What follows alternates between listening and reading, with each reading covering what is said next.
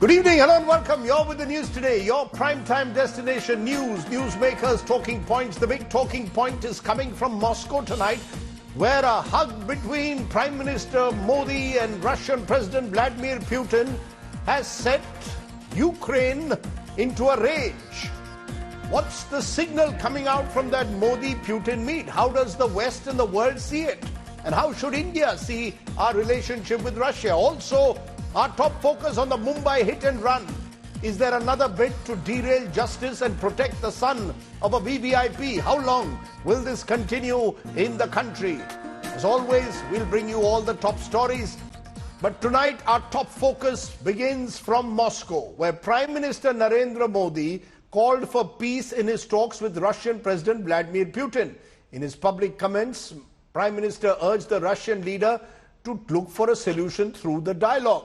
But the bonhomie between the Prime Minister and President Putin hasn't pleased several global capitals, especially Ukrainian President Zelensky, who says the Prime Minister of the world's largest democracy should not be seen hugging a war criminal. Has India taken the right step in its national interest, or should we have looked at Ukraine's concerns too? Our top story tonight looks at the Prime Minister's Moscow visit. Prime Minister Narendra Modi's first foreign bilateral visit after winning a third term, and his first trip to Russia after President Vladimir Putin ordered the invasion of Ukraine 2 years ago. The war, as is to be expected, figured prominently in the talks between the two world leaders. मानवता में विश्वास करने वाला हर व्यक्ति जब जानहानि होती है तब बहुत पीड़ित होता है, लेकिन उसमें भी जब मासूम बच्चों की कत्ल होती है, मासूम बच्चों को मरते हुए देखते हैं, तब हृदय छलनी हो जाता है और वो दर्द बहुत भयानक होता है। हमारी भावी पीढ़ी के उज्जवल भविष्य के लिए शांति सर्वाधिक आवश्यक है,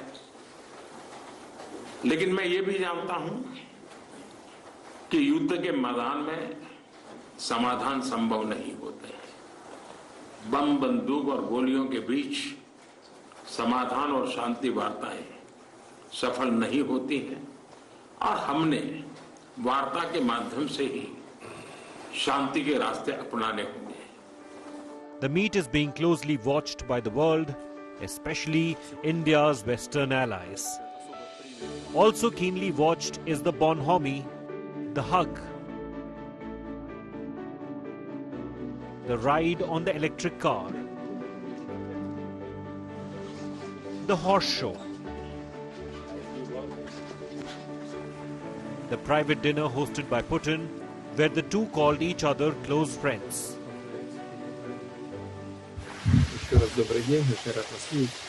आदरणीय प्रधानमंत्री जी, परम दोस्त, आपका स्वागत है, हार्दिक स्वागत है। आपको देखने से मुझे बड़ी खुशी है। मुझे आपने अपने घर पर निमंत्रित किया और आज की शाम हम साथ में गप्पे मारे, इसलिए आपने तय किया। इस कार्यक्रम की रचना के लिए और मुझे घर में बुलाने के लिए मैं आपका बहुत बहुत आभार व्यक्त करता हूँ। The warmth hasn't gone unnoticed. Ukrainian President Vladimir Zelensky posted photographs of a children's hospital bombed by Russia on Monday and said he was disappointed to see the leader of the world's largest democracy hug, in his words, the world's most bloody criminal. The Ukrainian leader had met Prime Minister Modi 3 weeks ago at the G7 summit in Italy. In Washington, the State Department urged India to stress on Ukraine's territorial integrity. We would urge India, as we do any country when it engages with Russia, to make clear that any resolution to the conflict in Ukraine needs to be one that respects the UN Charter, that respects Ukraine's territorial integrity, Ukraine's sovereignty. Since the war began in Ukraine, India has taken care not to take sides, much to the disappointment of the US and its allies. The Modi-Putin meet in Moscow once again indicates New Delhi will remain neutral. India has made one thing very clear to the West. India has a relationship with Russia that goes back decades. It's a privileged strategic partnership that's held India and in good stead. And the West should not look at India-Russia partnership through the prism of Ukraine. At the same time, following that independent foreign policy, India told Russia that the solution for battle cannot be found on the battlefield. Dialogue and diplomacy is the best way forward, and that India was willing to extend all possible cooperation and assistance to find a solution to the Russia-Ukraine war. Gaurav Sawant in Moscow, Russia, for India Today. So let's deep dive into this. On one side, you've got the bonhomie between the Prime Minister and the Russian President. That's become the subject of much discussion because Ukrainian President Zelensky posted a very critical message on X saying he's disappointed with the leader of the world's largest democracy hugging Putin, who he described as a war criminal. So has India gone overboard in reaching out to Russia? Could the hug have been avoided? Was there another way to reach out without getting too friendly? What is the signal from the Modi-Putin meet? Did India go overboard in reaching out to the Russian president? Is the West, on the other hand, guilty of double standards? These are just some of the questions that I will raise tonight.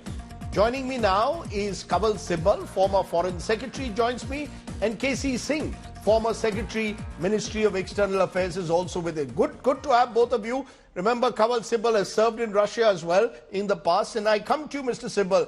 How do you see the bonhomie between the Prime Minister and the Russian President at a time when a large part of the Western world sees Putin as a war criminal who should be ostracized?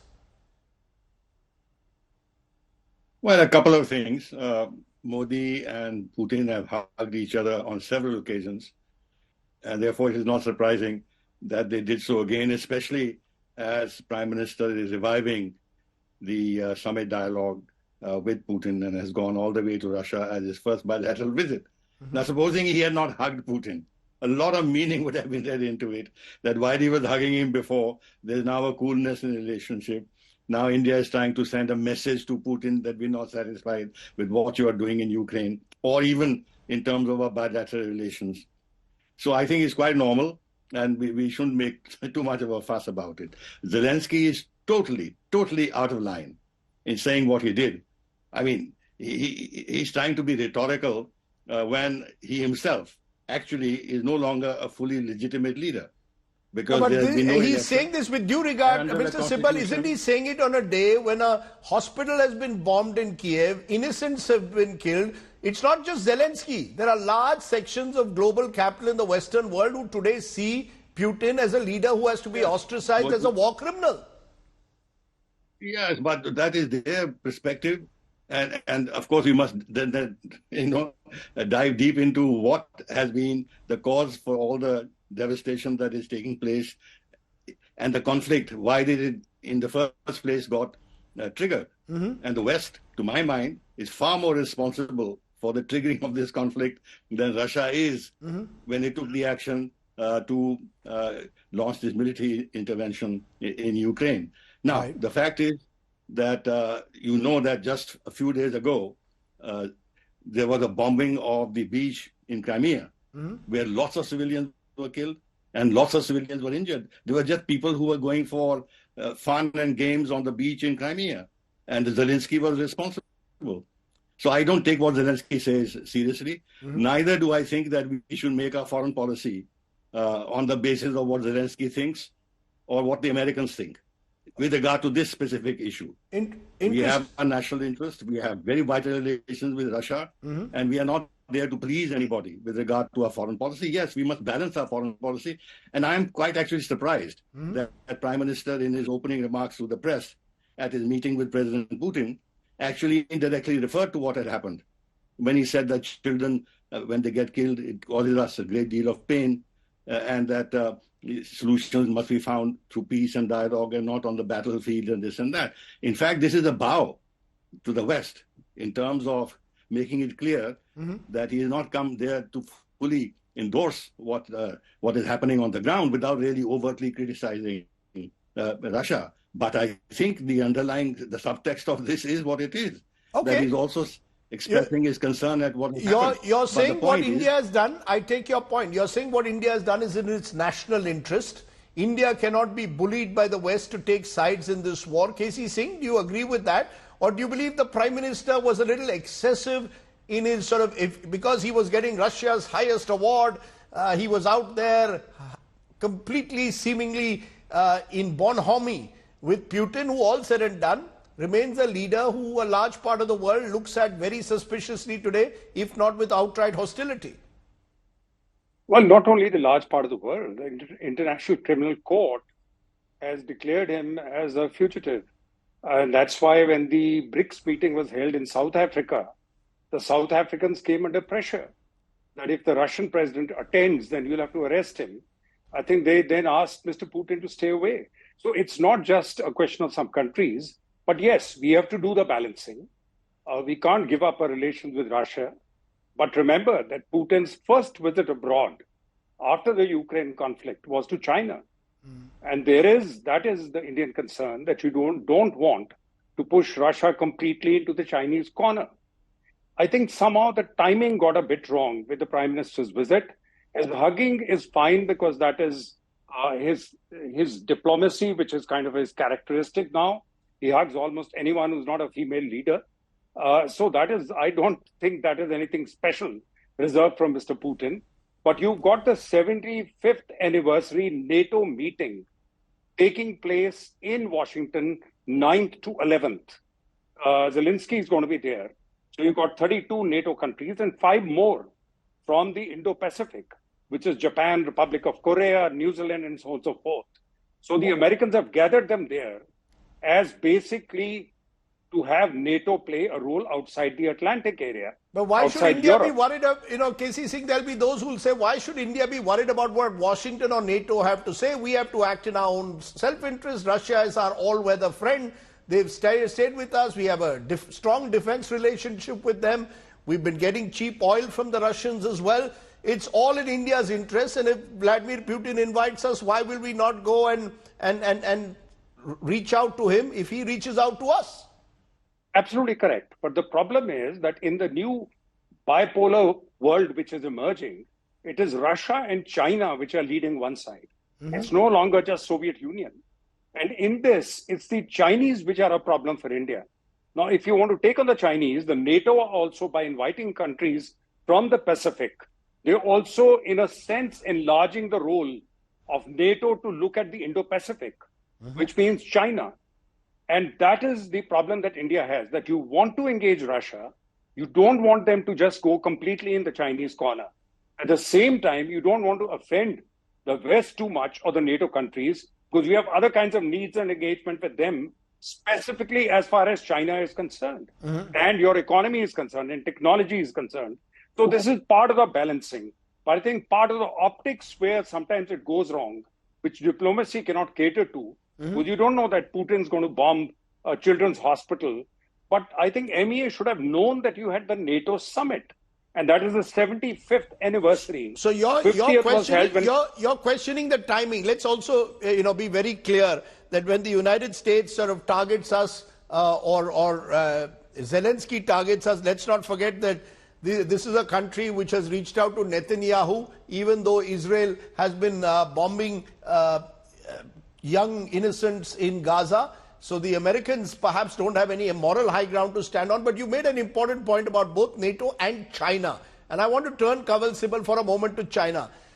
KC Singh is right. Russia's special relationship with China, the first country that Putin went after the Ukraine war was to China. They have this special relationship. Where does India fit in? Is it purely limited strategic benefits that we are getting from the Russians that drive us into the Russian arms so warmly?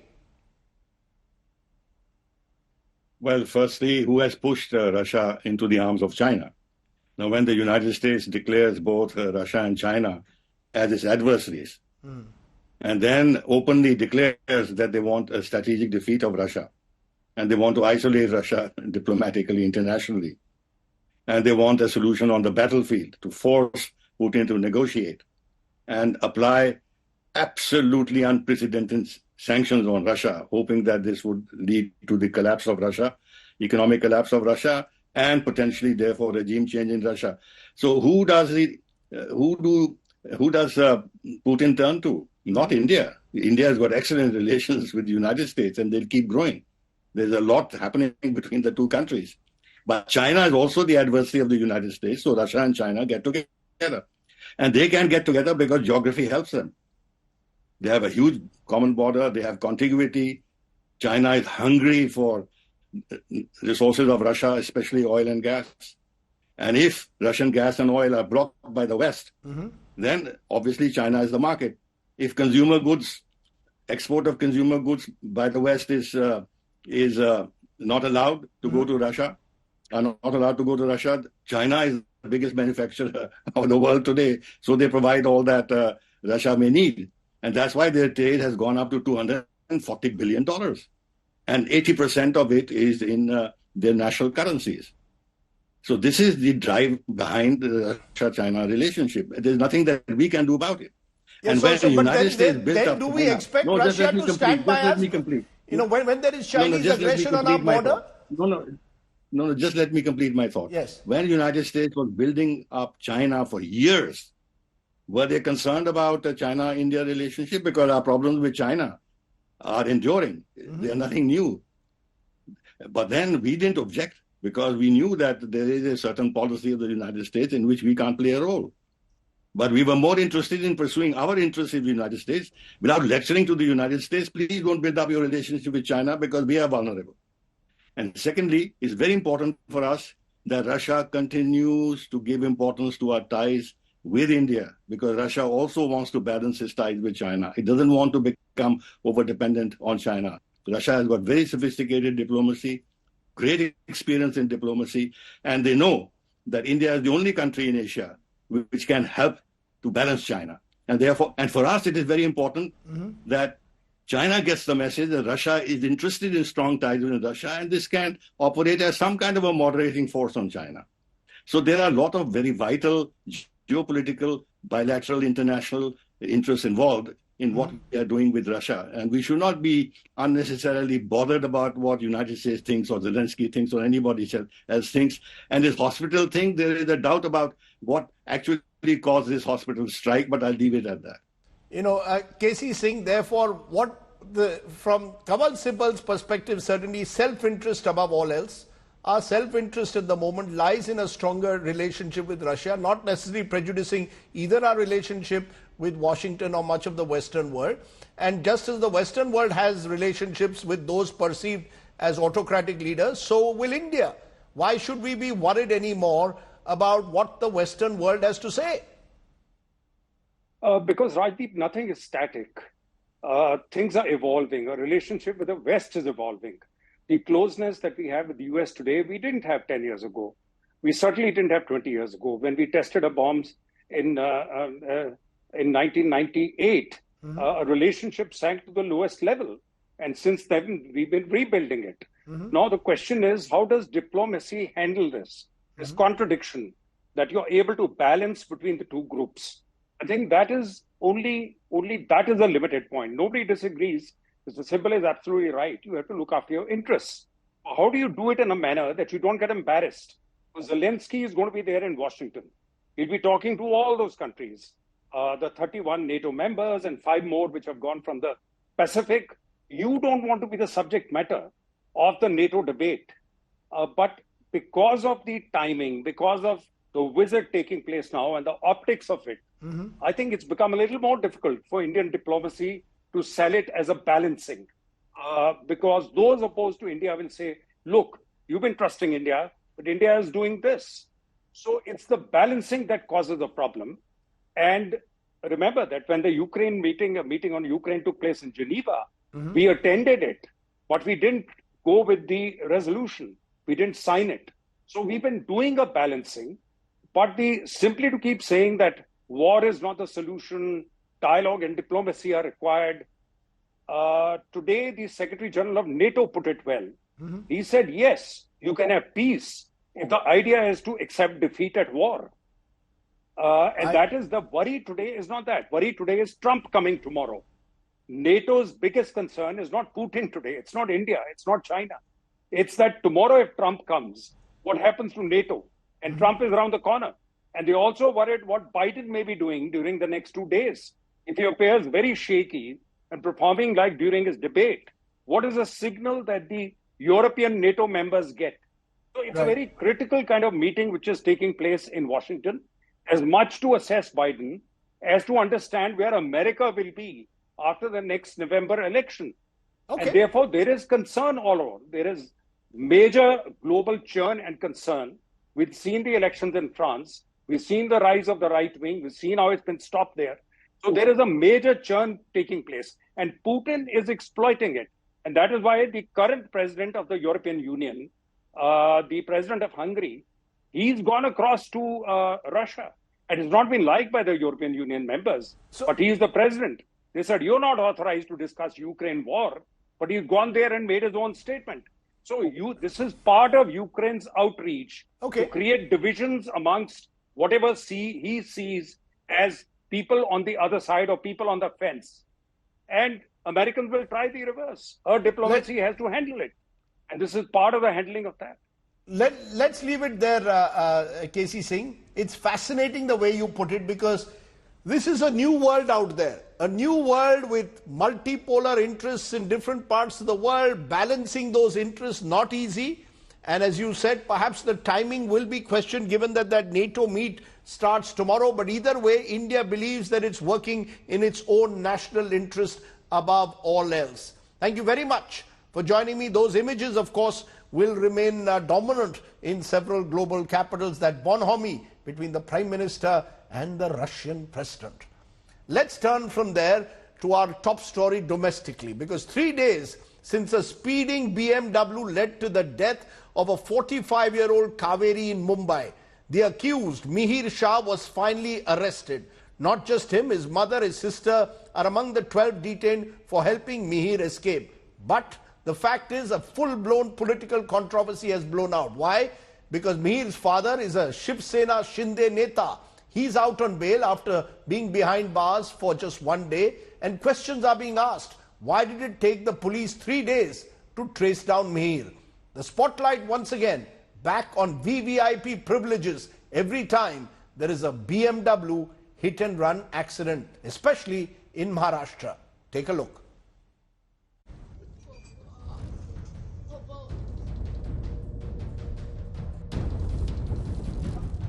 Mihir Shah, son of Shiv Sena leader Rajesh Shah, is finally under arrest.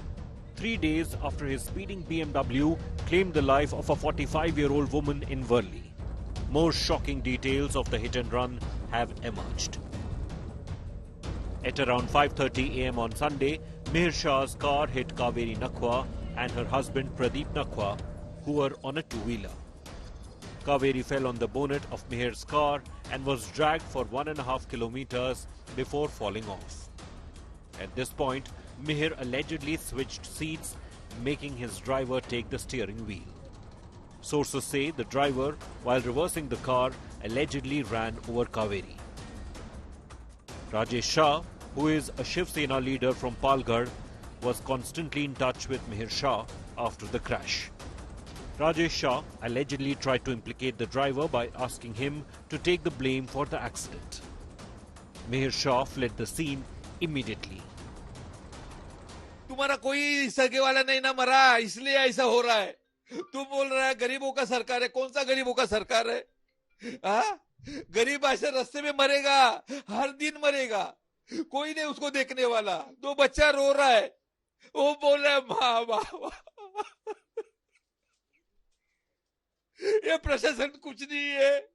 ये देवेंद्र फडणवीस कुछ नहीं है. गृह मंत्री के नाम पे कलंक है साला. हमारे पीछे कौन है? कौन है हमारे पीछे? बताओ. Rajesh Shah, who is accused of trying to cover up the crime, spent just 1 day in custody before being released on a bail bond of 15,000 rupees. The opposition is questioning Maharashtra CM Eknath Shinde's links with Rajesh Shah. The BMW hit-and-run comes more than a month after the Porsche crash in Pune. In both cases, the suspects from rich families have tried to subvert the law by trying to pin the blame on the drivers employed by them. As anger mounts over the VVIP culture, the question remains the same as always. Will justice be served? Bureau Report, India Today. And on the news today, we will continue to raise that question about justice. Mumbai hit and run. Is this another bid to derail justice? Will the delay in the arrest now weaken the evidence? Do India's rich simply get away easily every time there is a hit and run? Joining me now, Jaywant Wadkar, uncle of the deceased. I'll also be joined by Shailesh Gandhi, who was former Information Commissioner, Rizwan Siddiqui, criminal lawyer, and Krishna Hegde, spokesperson Shiv Sena, and PK Jain, former ADGP Maharashtra. But I want to first come to you, Wadkar ji. आप मुझे बताइए, आज arrest हुआ है मिहिर शाह, क्या आपको लगता है अब आपको न्याय मिलेगा, या आपको लगता है मिली भगत है, 3 दिन से पुलिस को नहीं मिल रहा था, अब जबकि एविडेंस कमजोर हो चुका, कुछ लोग कह रहे हैं कमजोर हो चुका है, तब वो फरार जो है वो अब जनता के सामने आ जाता है?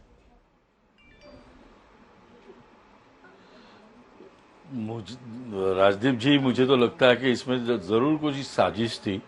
जैसे मुझे सवेरे मालूम पड़ गया तो I am very much touch to the my police, everybody being a actor, so everybody knows me very well, all the politicians also, we are doing so many films with them.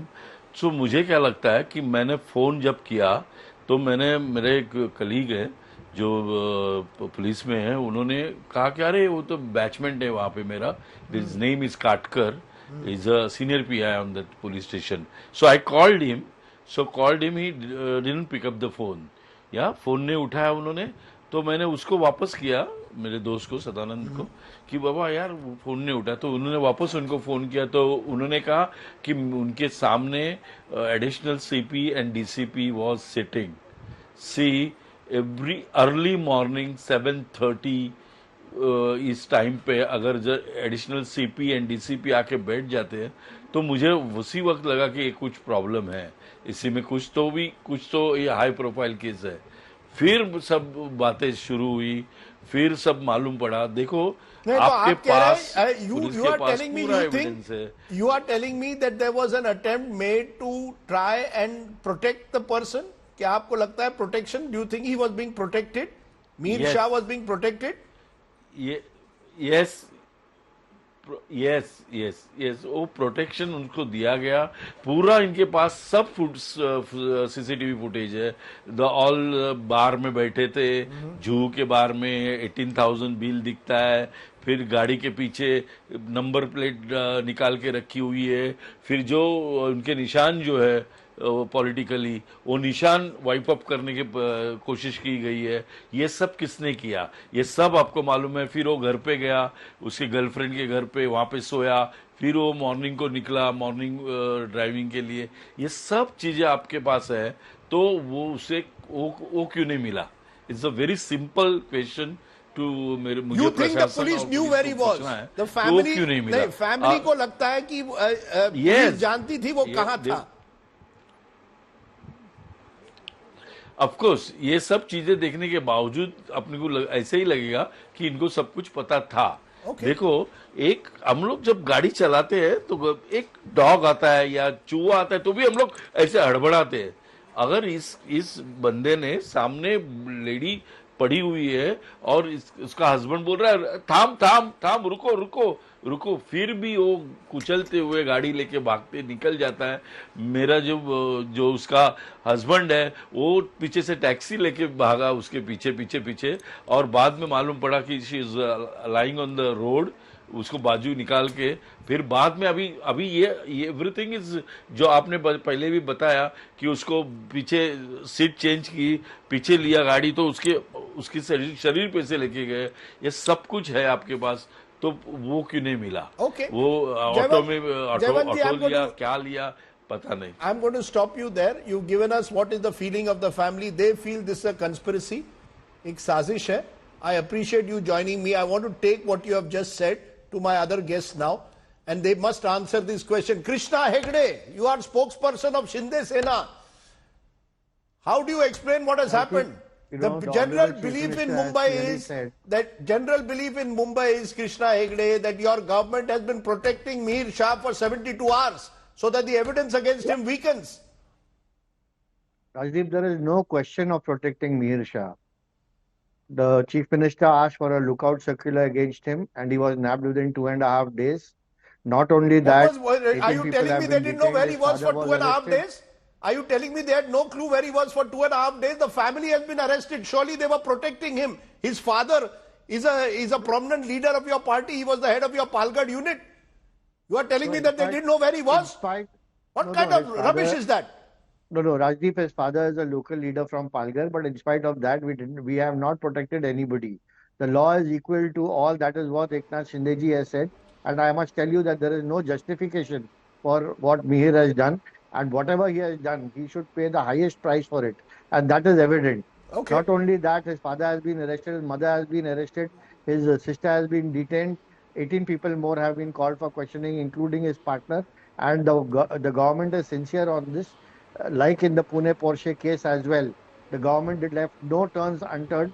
Only after media pressure, Mr. Hegde, even in Pune, sir, with due regard, everybody. Yes, in due regard, in the Pune case, it was only after sustained media pressure that the government woke up. PK Jain, former ADGP Maharashtra, you tell me, should the police be asked the troubling questions or not? You heard Mr. Wadkar saying senior officials were in that police station. See, Rajdeep, after the Pune case, such cases where the children from high-fly families are involved, it becomes immediately the center of media attention. So the moment this accident took place, and it was, see, in Pune, they made the mistake of deliberately not informing the control room. In Mumbai case, it was immediately informed to the control room, and it was a serious case. The lady was dragged for about 2 kilometers, and then whatever footage they subsequently retrieved out of it. So it was a serious case. It was going to invite a lot of media attention. So that's why the additional CP and DCP were there. I would not agree with Mr. Wadkar saying that they had come only to suppress the evidence. That is not the intention in this case. Arrest, yes, it took time. The father was taken into custody. It was the court which bailed him out. And the driver was taken. He was arrested. His arrest has been extended further. The mother and sisters have been taken into custody. I think the police are leaving no stone unturned to bring the accused to book. Now he has been arrested. He has not yet been arrested. Till this evening, the formalities were going on. He will be arrested, produced before the court tomorrow. My only concern in this matter is that it is section 105 which has been applied in this case. Till the time, Rajdeep, it was a case of hit and run and dragging the lady along. It could have one could have said that it was a case of hit and run which was not reported and they dragged the lady along. But the CCTV footage which has now come to light, where the driver exchanged seat and then they reversed the car and again drove over the lady, it becomes a clear-cut case of murder to my mind. Till that time, the intention may not be clear. Now, the driver was the one who drove the vehicle over the lady, but the main accused was there. Sir, 1 minute, Mr. Jain, that is the problem. The fact is that Mir Shah was driving the car, then he gets the driver to switch, and now the CCTV footage will suggest as if the driver ran her over, when the truth is the car was originally being driven by Mir Shah. And we've seen this in the past. There was a case a decade ago involving a top industrialist's son. Everyone in Mumbai knows how he was protected. That's the truth of the matter. People get away. In this case, Mihir Shah cannot get away, as I said. So why is section 105 against him? It's criminal. No, it should be a murder. Opinion, if you ask me honestly, Rajdeep, it says section 103 should have been applied after especially the CCTV footage came to light. As I said, he was aware, because 2 kilometers is a long distance and there were so many bumps, there were so many speed breakers en route, there were turns and twists. And yet he kept on dragging this lady for 2 kilometers. Unacceptable, Mr. Jain. Hold on. Unacceptable is what imagine. Just think of it. I hope the viewers are waking up to the reality. This man has dragged a woman, an innocent woman, for 2 kilometers, and we are told section 105, criminal not amounting to murder has been homicide. Not amounting to murder is charged. Not 103 murder. Rizwan Siddiqui. Is the law in this case going to be used to protect this man by not putting 103, only putting 105? And the fact he's arrested after 3 days, after which all the alcohol content also may not be in his body anymore. See, it's a very straight case if you ask me. No matter whatever happened, even if the guy disappeared for 2.5 days, and even if the alcohol, the content of alcohol in the body may have been diluted by so far, it will not change the facts of the matter. The CCTV footage submitted evidently shows that it is a case of murder. And Section 10, I completely agree with Mr. Jain. It's a straight case of murder, and even if the police have not applied, does not mean that the trial court will not apply it. The trial court will apply it, and it is at the discretion of the court. They can add and they can even remove sections. Will he get bail? Will he get bail, Rizwan, pretty easily? I do not think that this is a case fit for granting bail, because influential people are involved. They will definitely tamper with evidence. They will definitely destroy evidence. They may do things which may not be in the interest of justice. So, and especially because this is again a high-profile case. So no judge. Sorry, I'm so sorry. I've got a bad throat. No judge will take that chance of granting a bail to a person, and especially if a case is, being driven meaning it's publicly debated over the. So I think the media is doing a fantastic job of, taking up such kind of cases, and this is really good, because when such kind of cases are debated, so this puts a lot of pressure even on the judiciary, because sometimes in the judiciary also, though the facts of the matter do not merit or do not warrant bail, but bails are granted. I mean, you may have seen that, Rizwan, that is precisely the problem. Why should it require the media pressure? There is the law of the country, and Shailesh Gandhi, this is the problem. As Rizwan says, media is doing a wonderful job. Media is only doing its job. Whether it's wonderful or not, we don't know. The fact is, what job is the police doing? What job are the courts doing? And what job are the political classes doing? Will the son of a powerful Papa mujhe bachao, they will say tomorrow. 90% this man will go free. It is unlikely that he will actually be convicted in a proper case and have to imprisonment for that. No, why do you say that? No, are we being excessively cynical? Are we being excessively cynical when you say he will get away? No, Rajdeep, let me point out, India ranks number 79 in the world in terms of rule of law index, which is a very poor score. And a lot of problem lies with the fact that cases take innumerable years. In our courts, we have a system which says that we have a justice system, but it does not do justice really. In many countries, 90% of the cases or even more are settled in less than 1 year. In our country, it takes years. 45% of the cases take over 3 years to 30 years, 40 years. We do not have a system whereby we can bring people to account and do something about it. And part of the blame, I think, lies with citizens and the media. The media talks of these incidents.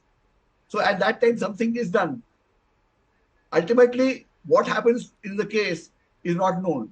And cases so the media also has its limits. It cannot be 365 days tracking every case. But I take your point. No, Rajdeep. No, what do you want the media to do? What more can the media do?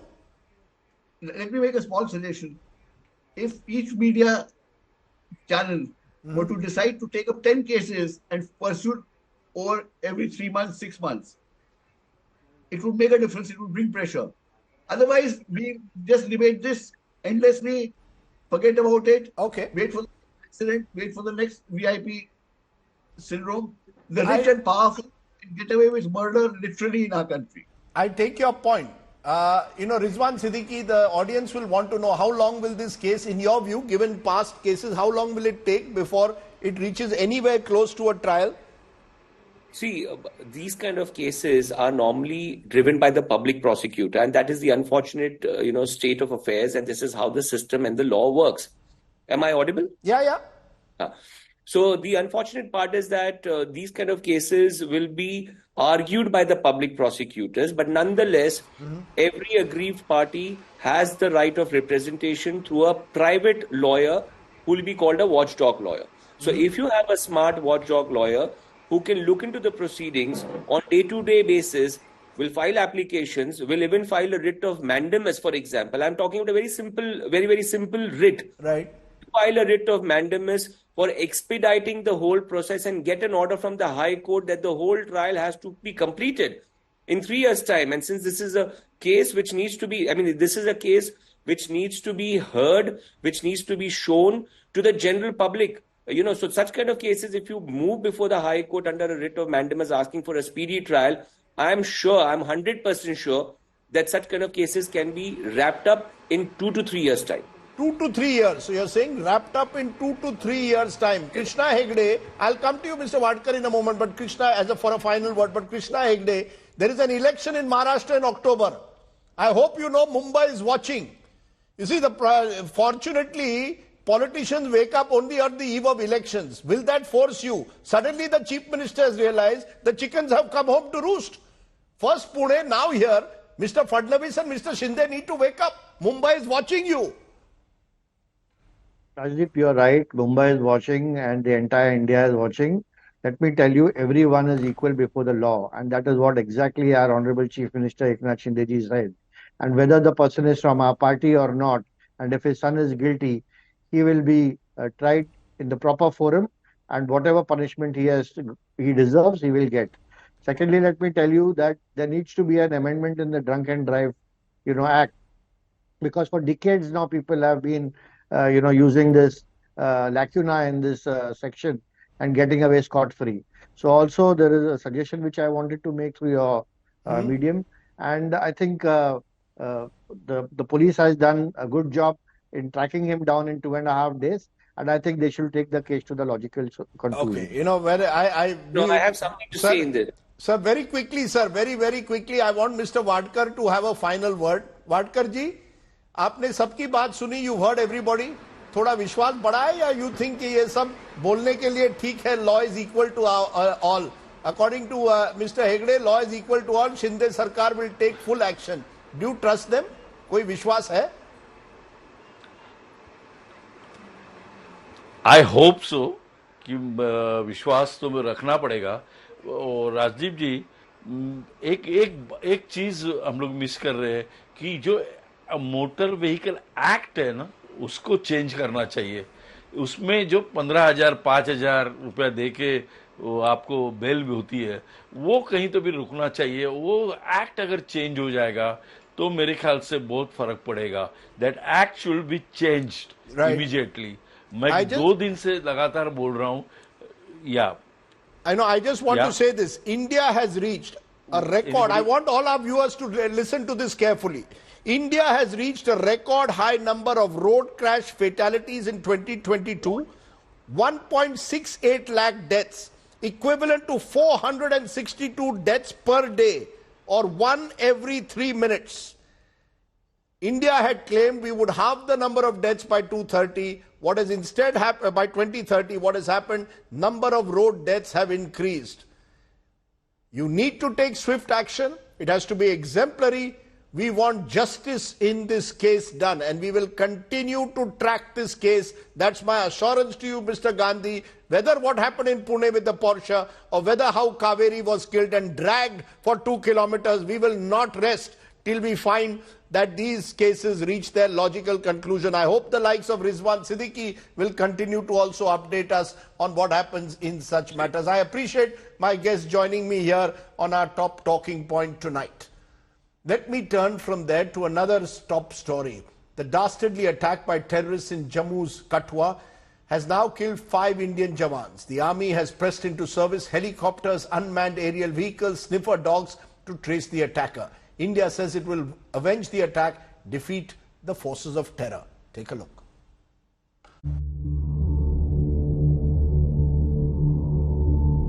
Five army jawans killed in a terror attack in Jammu and Kashmir.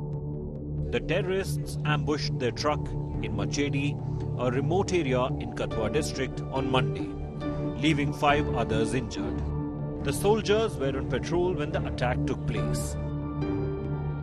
Naib Subedar Anand Singh, Havildar Kamal Singh, Naik Vinod Singh, Rifleman Anuj Negi and Rifleman Adarsh Negi are the bravehearts who lost their lives.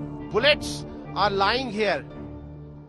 So one can just imagine the situation that must have prevailed here at that point of time when terrorists carried out this attack. vehicles have to slow down, vehicles have to move slowly on this road because it's a kacha road, and the terrorists specifically chose this place because they felt that they could, inflict maximum casualties on the security forces. Sources tell India Today the attack was carried out by Pakistani terrorists. Local guides helped the terrorists in doing recce and provided them food and shelter, according to sources.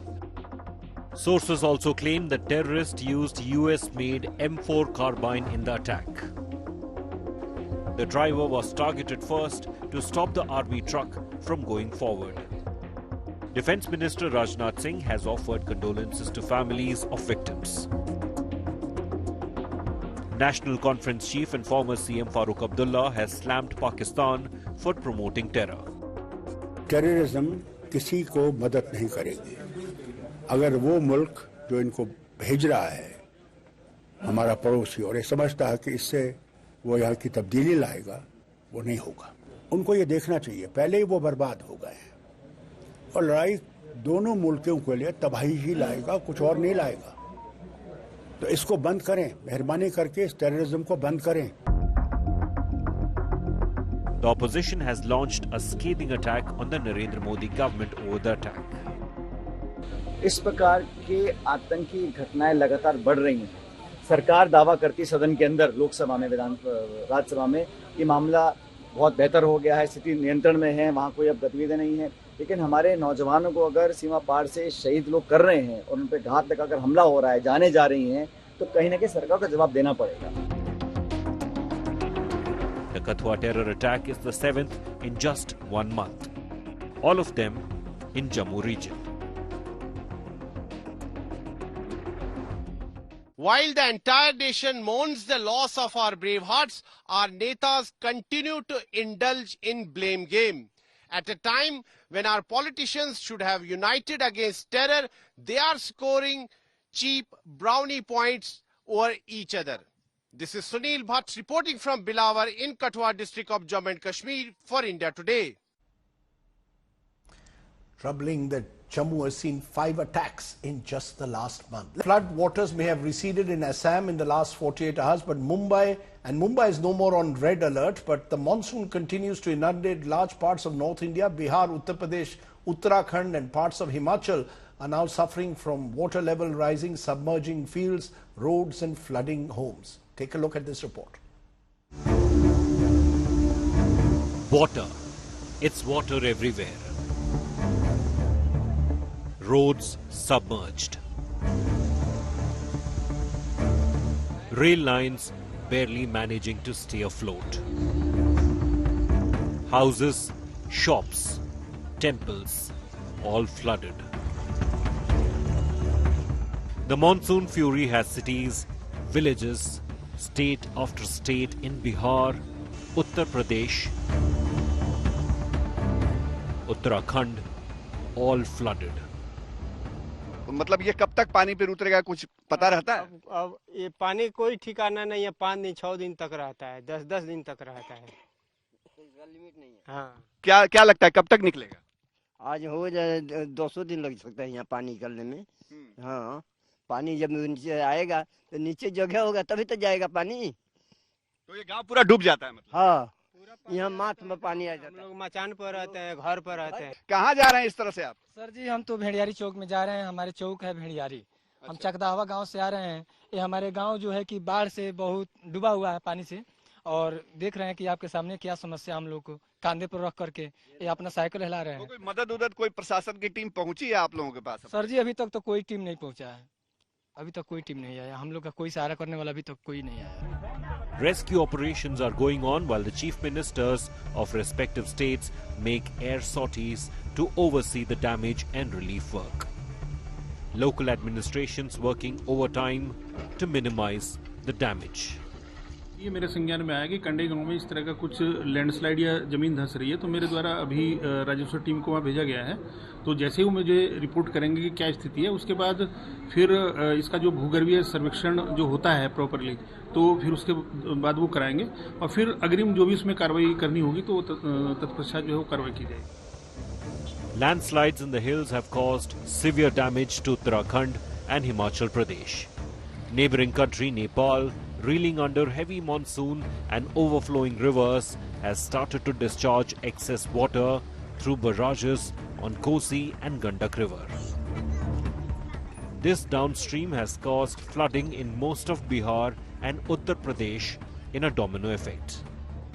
ये पश्चिम चंपारण जिले के अंदर वो अंतिम गांव है जिसके बाद नेपाल की सीमा शुरू हो जाती है और इस अंतिम गांव चकदहवा जो वाल्मीकि नगर के अंदर आता है, चकदहवा का ये सरकारी स्कूल है और इसके बाद नेपाल की शुरुआत हो जाती है सीमा की।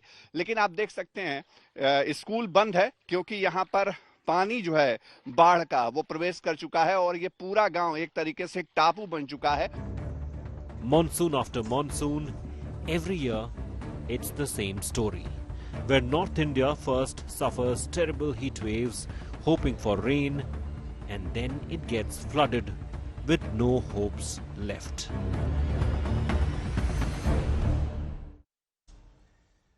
Troubling scenes from large parts of the country.